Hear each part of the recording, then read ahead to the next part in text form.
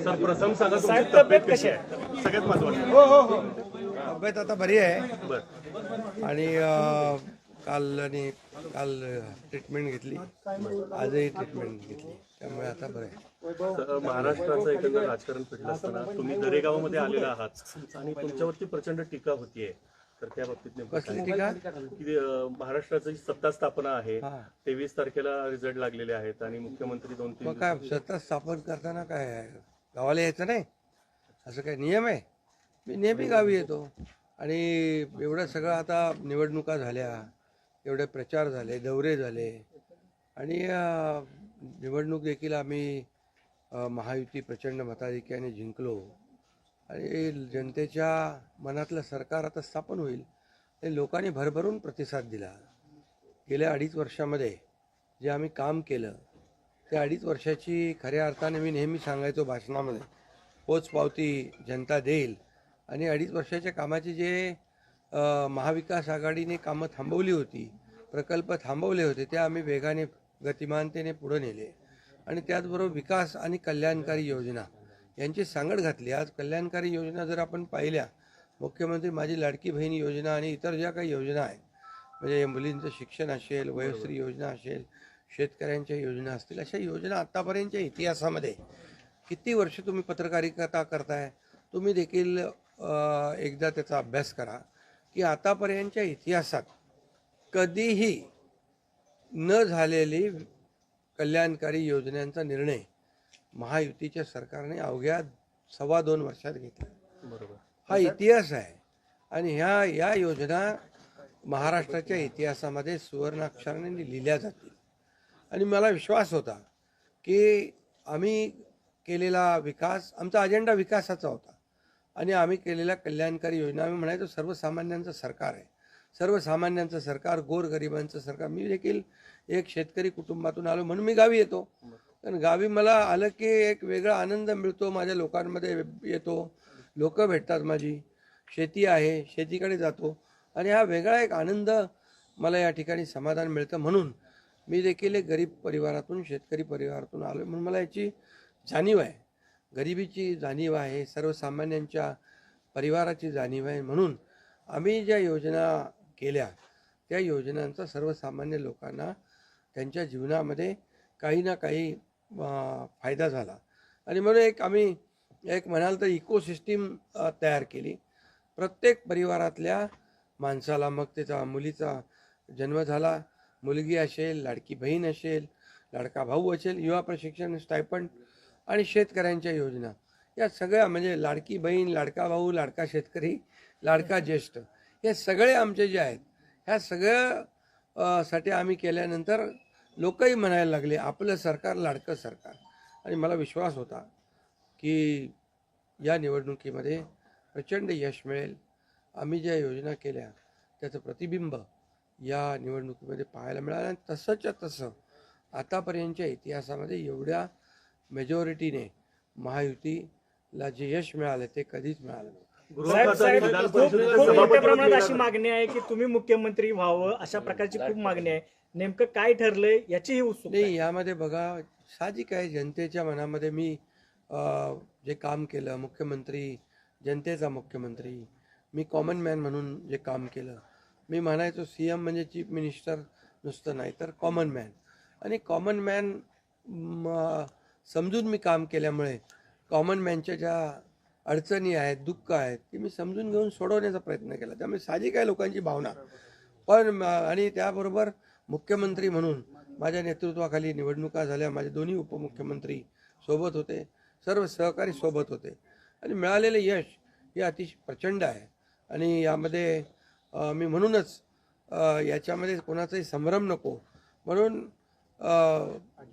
मागच्या आठवड्यामध्ये मी press conference घेतली. आपल्याला माहीत आहे की यामध्ये आदरणीय प्रधानमंत्री नरेंद्र मोदीजी, आदरणीय अमितभाई शाह गृहमंत्री, भाजपाचे अध्यक्ष, आणि या सर्व निर्णय घेतील मुख्यमंत्री पदाबाबतचा. तो मी सांगितलं, त्याला पूर्ण शिवसेनेचा पाठिंबा आहे, माझा पाठिंबा आहे. त्यामुळे आता कुठं काही असं किंतु परंतु कोणाच्याही मनामध्ये नसावा. शेवटी मी मनमोकळेपणाने काम करणारा कार्यकर्ता आहे आणि म्हणून माझा निर्णय मी घेतलाय. सर, तुमच्या सर, गटाला गृह- गृहमंत्रीपद गृह- पाहिजे, गृह- विधान खातं परिषदेचं सभापतीपद पाहिजे, म्हणून एकनाथ शिंदेचे हे प्रेशर पॉलिटिक्स आहे त्याचबरोबर असं बोललं जात गृह आहे. खातं आपल्याला गृह खातं आपल्याला पाहिजे. नाही, हे पहा, याच्या बाबतीत चर्चा होईल. आता बरं, चर्चा होईल. चर्चेमधून बऱ्याचशा काही गोष्टी निघतील, बऱ्याचशा गोष्टी सुटतील.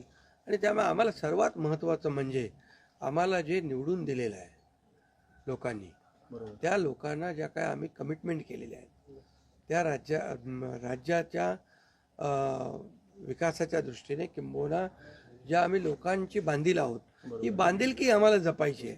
सगळ्यात महत्त्वाचं मला काय मिळालं, कुणाला काय मिळालं यापेक्षा जनतेला काय मिळणार आहे. महाराष्ट्रातल्या जनतेने भरभरून मतदान केलेलं आहे, मतांचा वर्षाव केला आहे. आता त्यांना आम्ही आमच्या पद्धतीने जे देण्याचा प्रयत्न होणार आहे. त्यामुळे यामध्ये लोकांच्यासाठी जे करायचं आहे ते आम्ही करणार आहोत. उपमुख्यमंत्री पदासाठी श्रीकांत शिंदेचं नाव समोर येते आपल्या गटाकडनं, ही गोष्ट खरी आहे का? नाही, बघा, चर्चा अजून सुरू आहे. चर्चा खूप, आता तुम्हीच चर्चा करत असता बरं का? तुमच्या चर्चा खूप जास्ती असतात. म्हणजे श्रीकांत शिंदे पद अपेक्षित आहे. माझ्या प्रश्नाचं उत्तर राहिले. त्यामुळे तुम्हाला एकच सांगतो नाही, माझ्या प्रश्नाचं उत्तर राहिले. तुम्हाला एकच सांगतो, या सर्व चर्चा आहेत.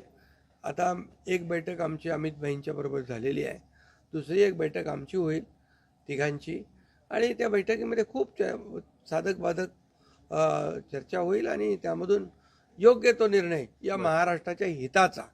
बघा, आमच्यामध्ये तुम्हाला मी सांगतो, या जनतेने आम्हाला भरभरून दिलेलं आहे.